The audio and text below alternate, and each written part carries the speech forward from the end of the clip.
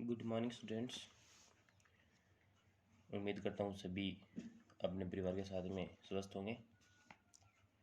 अपने जो online classes चल रही थी उसकी अगली कड़ी है, जो अपना जो इंग्लिश ग्रामर की हम बात कर रहे थे। अपने जो इंग्लिश ग्रामर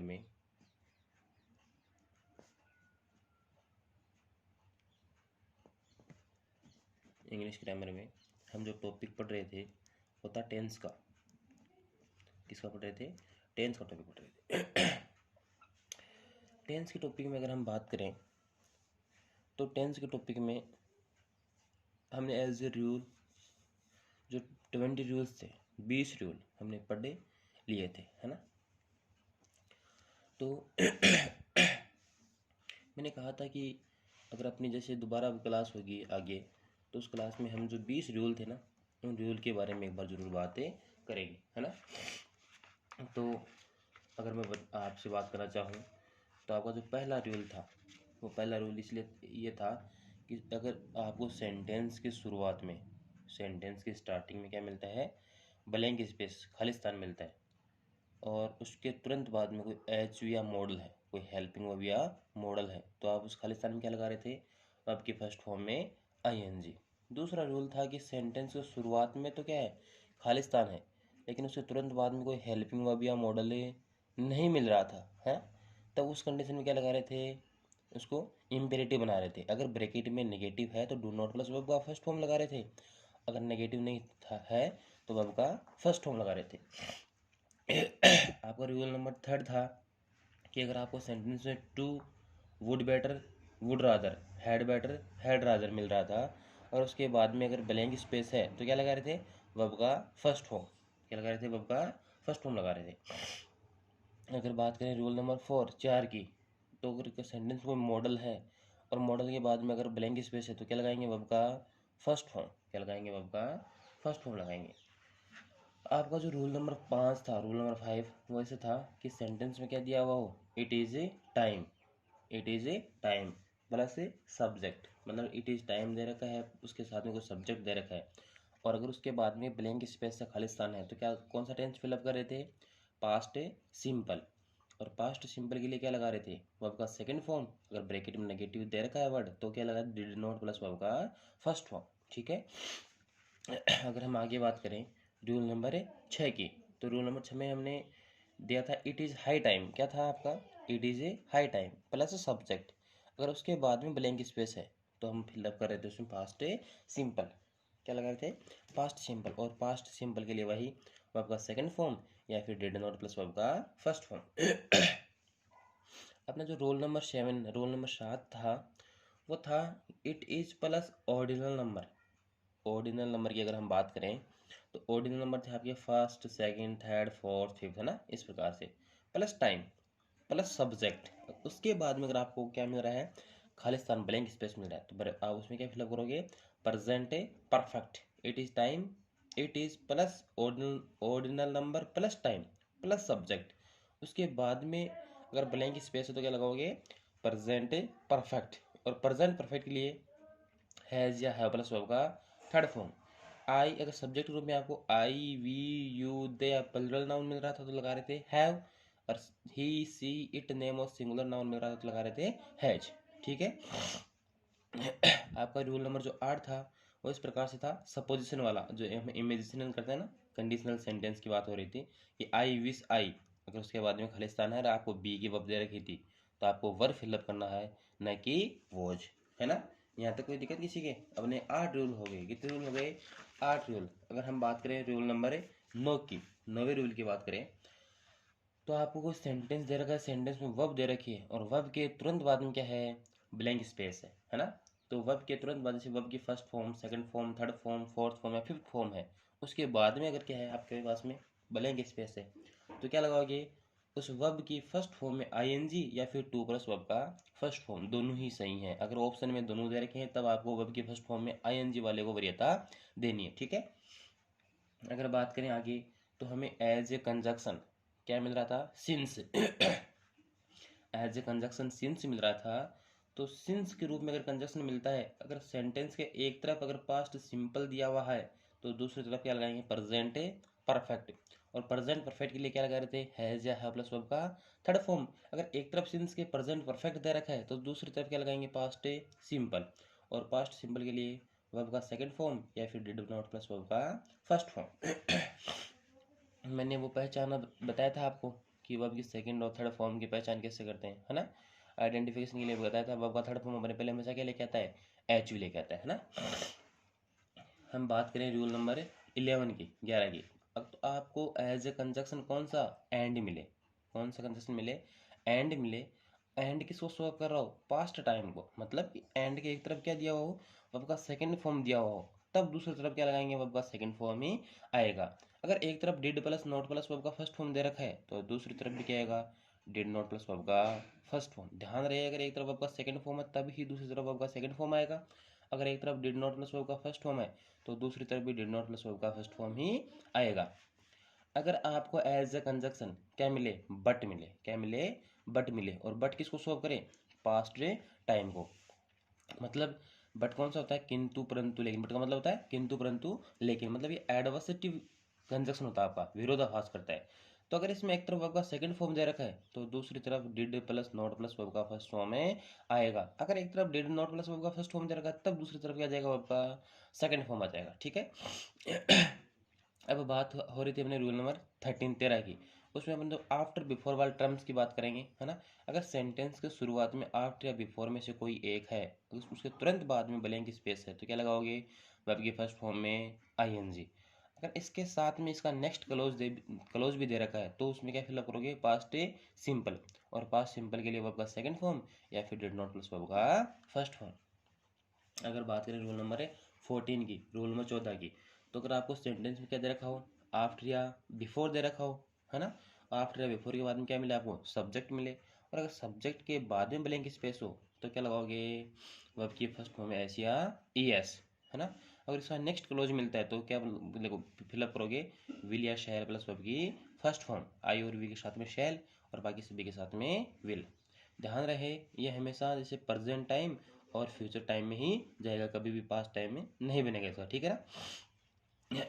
अगर बात करें रूल नंबर 15 की, तो 15 रूल में हमने पढ़ा था कि जो आपका रूल नंबर 14 था ना, उसका अपोजिट था। मतलब अगर स्टार्टिंग वाला जो क्लोज है उसमें विल या सेल प्लस वर्ब की फर्स्ट फॉर्म लगा रहे हैं तो उसके बाद में आपको क्लोज चेंज का मतलब कोमा का निशान मिलेगा, है ना। वो कोमा मिलने के बाद ही आपको पता चलेगा कि आफ्टर या बिफोर प्लस सब्जेक्ट, तो इसमें क्या लगाएंगे, वर्ब की फर्स्ट फॉर्म में एस या यस, मतलब ये भी क्या जाएगा, फ्यूचर प्लस प्रेजेंट में चला जाएगा, ठीक है। ध्यान रहे कि वो डिवाइड जरूर होगा, है ना। मतलब कि क्लोज को डिवाइड कर दें, दो क्लोज दिए होंगे, ठीक है।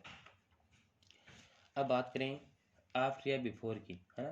तो अगर आफ्टर का और बिफोर का मतलब, आफ्टर का मतलब क्या होता है, बाद में, और बिफोर का मतलब क्या होता है, पहले। मतलब दो सेंटेंस है, दो क्लोज हैं और किससे जुड़े हुए हैं, आफ्टर या बिफोर में से किसी एक से जुड़े हुए हैं। तो ध्यान रहे आफ्टर का मतलब होता है बाद में, बिफोर का मतलब होता है पहले। तो आफ्टर के तो बाद में अगर ब्लैंक स्पेस मिलता है आपको सेंटेंस में तो क्या लगाओगे, हेड प्लस वर्ब का थर्ड फॉर्म।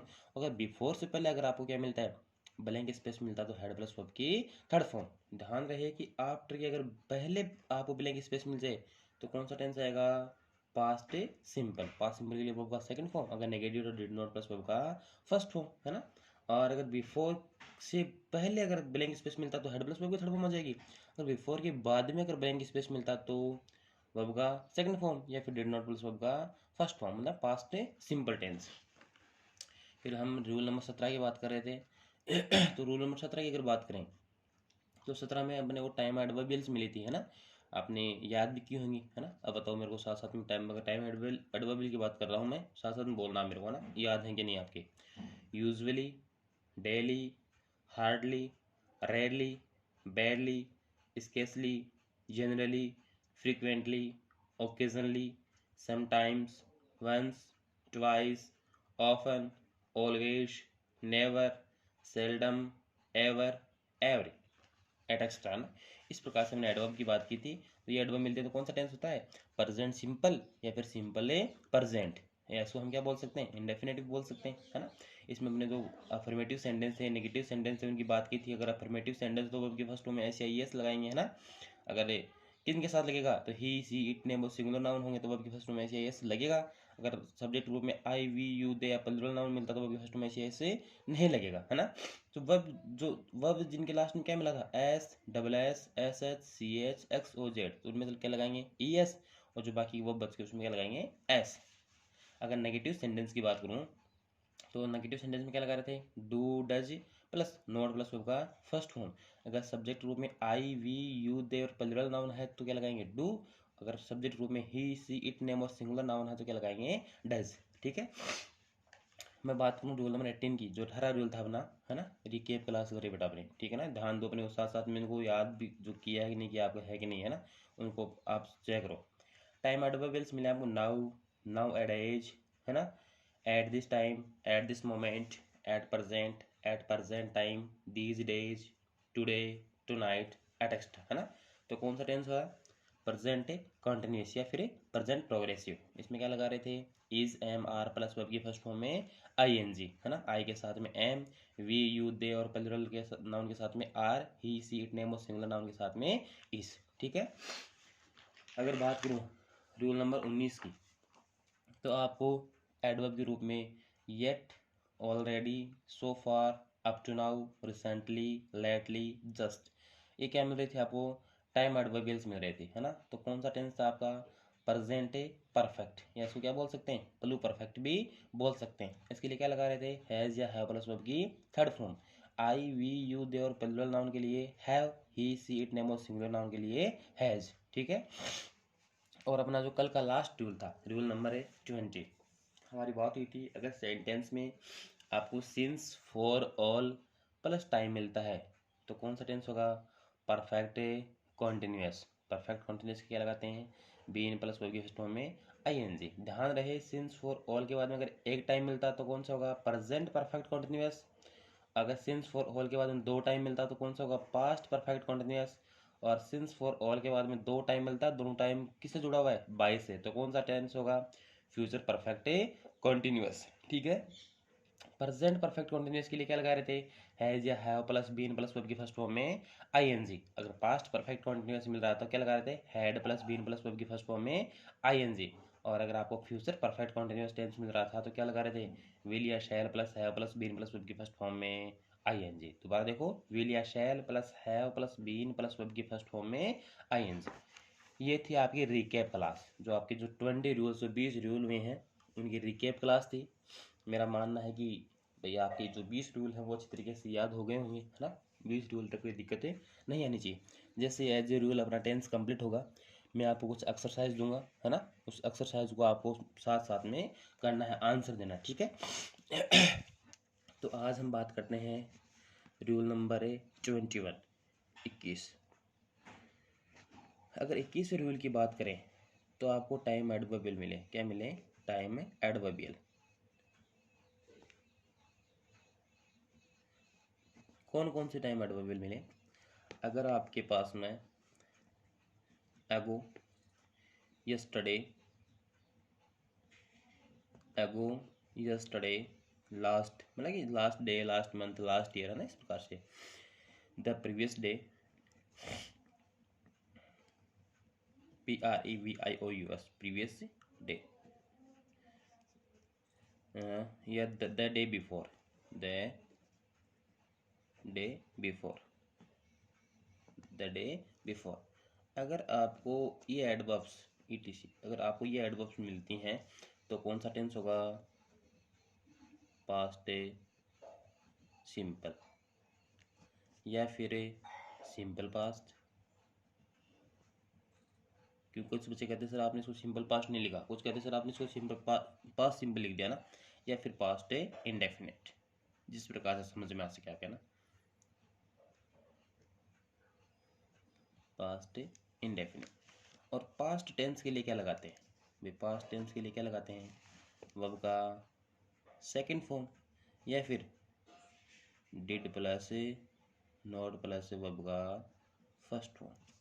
ये बहुत बार बात हो चुकी है ना, पास्ट सिंबल के लिए क्या लगाते हैं, वर्ब का सेकंड फॉर्म या फिर डिड नॉट प्लस वर्ब का फर्स्ट फॉर्म। फॉर एग्जांपल अगर बात करें,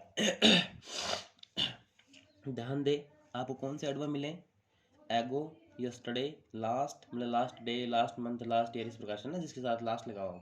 द प्रीवियस डे या फिर द डे बिफोर। अगर ये एडवर्ब्स आपको मिलती हैं तो आपका पास्ट सिंपल या सिंपल पास्ट या फिर पास्ट इंडेफिनिट टेंस होगा। उसके लिए वर्ब का सेकंड फॉर्म या फिर डिड नॉट प्लस वर्ब का फर्स्ट फॉर्म में आएगा। डिड नॉट प्लस वर्ब का फर्स्ट फॉर्म किसे आएगा? अगर ब्रैकेट में आपको क्या मिलता है? नोट मिलता है। ठीक है, एग्जाम्पल से समझे। सी ब्लैंक स्पेस ब्रैकेट में meet me yesterday, meet me yesterday. ठीक है, example number 2, I blank space not teas, not teas TEAS teas the poor, not tease the poor the last month, the last month. Sentence number 3 है आपका, we blank space और bracket में है see a movie in the theatre. Theatre spelling है THEATRE, theatre THEATRE, theatre. The day before, the day before. आपके सामने 3 example है। ठीक है, देखो अच्छे तरीके से तीनों एग्जाम्पल को देख लो। ऊपर आपका जो टाइम एडवर्बियल्स हैं उनको आइडेंटिफाई करो। आपका पहला सेंटेंस है सी ब्लैंक स्पेस ब्रैकेट में मीट मी यस्टरडे। तो आपको कौन सी एडवर्ब मिली? टाइम एडवर्बियल मिली यस्टरडे। यस्टरडे मिलती है, आपको समझ में आ गया कौन सा टेंस है? पास्ट है सिंपल। पास्ट सिंपल लेके ब्रैकेट में क्या दे रखा है? नोट दे रखा है? नहीं, तो क्या जाएगा वर्ब का सेकंड फॉर्म। मीट का सेकंड फॉर्म क्या होता है? Met, MET, meet met met, है ना। उसके बाद अगर बात करें नेक्स्ट सेंटेंस की, तो आपने पढ़ा I blank space not teach the poor the last month. तो आइडेंटिफाई किससे हुआ? द लास्ट मंथ से, है ना। लास्ट मंथ से आइडेंटिफाई हुआ। कौन सा टेंस है? Past simple. क्या लगाएंगे? वर्ब का सेकंड फॉर्म या फिर डिड नॉट प्लस वर्ब का first form.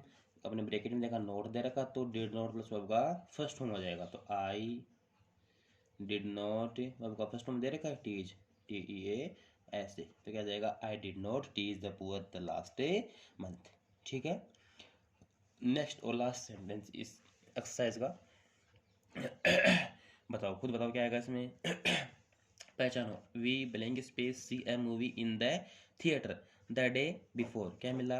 The day before. कौन सा टेंस है? Past simple. क्या लगाएंगे? वर्ब का सेकंड फॉर्म या फिर डिड नॉट प्लस वर्ब का फर्स्ट फॉर्म। ब्रैकेट में देखो नोट दे रखा है? नहीं, तो क्या लगाएंगे? वर्ब का सेकंड फॉर्म। तो सी की सेकंड फॉर्म क्या होता है? बताओ सी, बताओ सा, SAW सा। ठीक है,